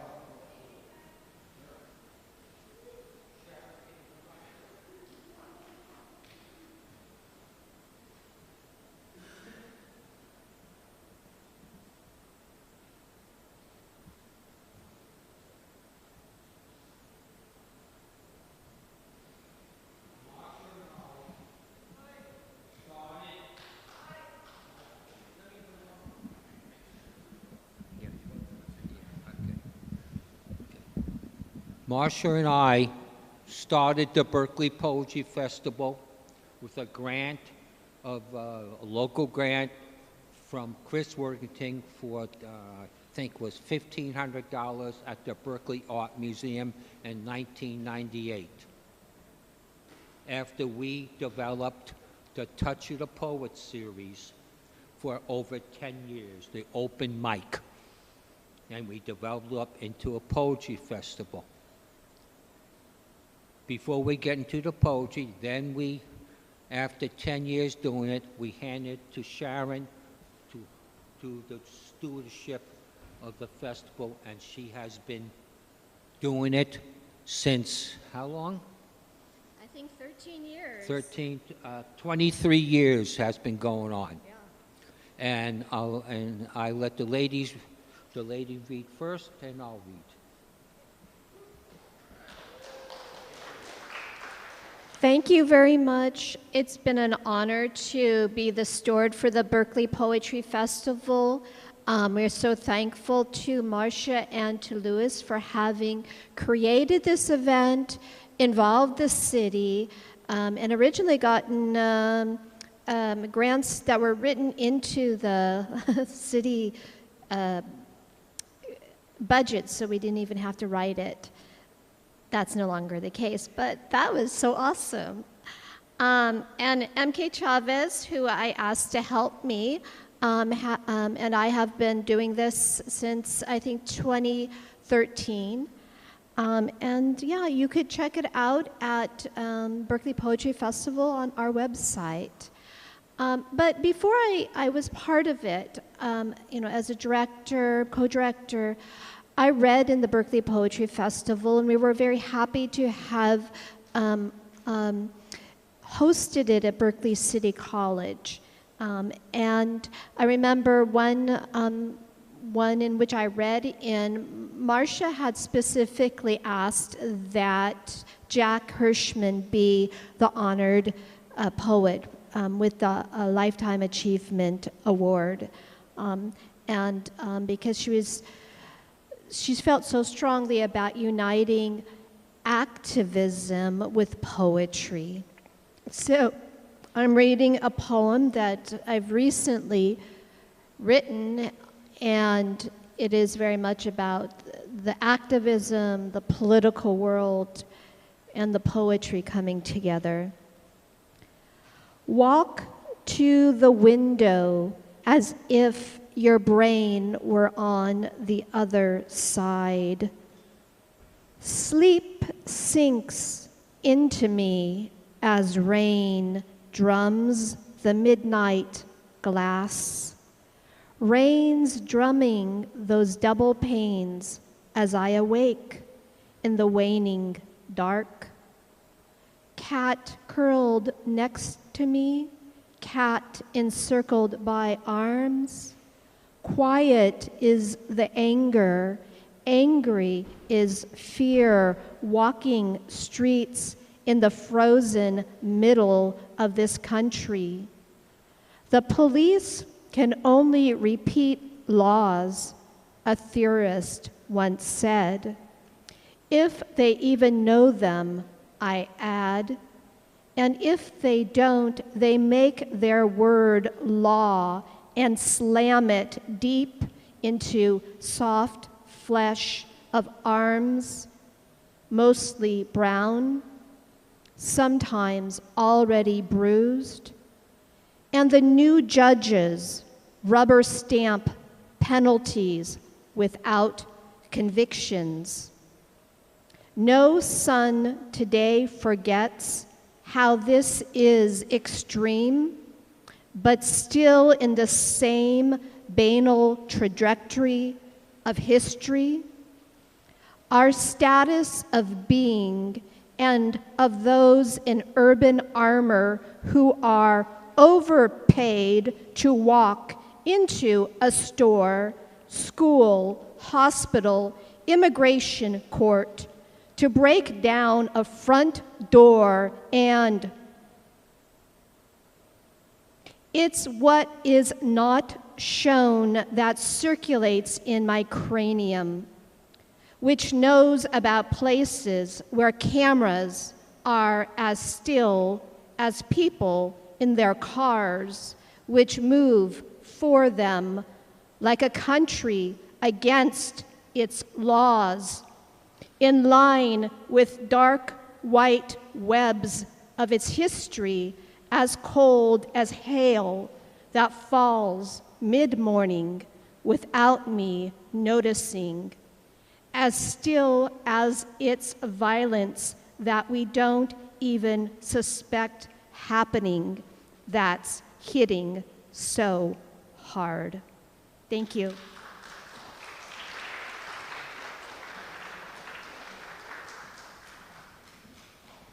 The poem I'm going to read is at the time when this moment wouldn't have happened with me. Long time ago. And it's called, I'll point. My first wife was called Mata. Marcia is Masha. So I got confused often by calling my first wife Marcia and Marcia Mata. So to what's your name? been very hard to remember your name, becoming whole with you. Can it be finding love after years being without it? Last night, felt our bodies together as one. Early morning sun over apartments, roofs, buildings, longing to be with you. Still, we just avoid real issues before your departure, fearing the experience of Spanish boots, of Spanish leather with us, unshaven for 3 days, as watching you disappear into a mass of departure passages, emptiness returns. Thank you.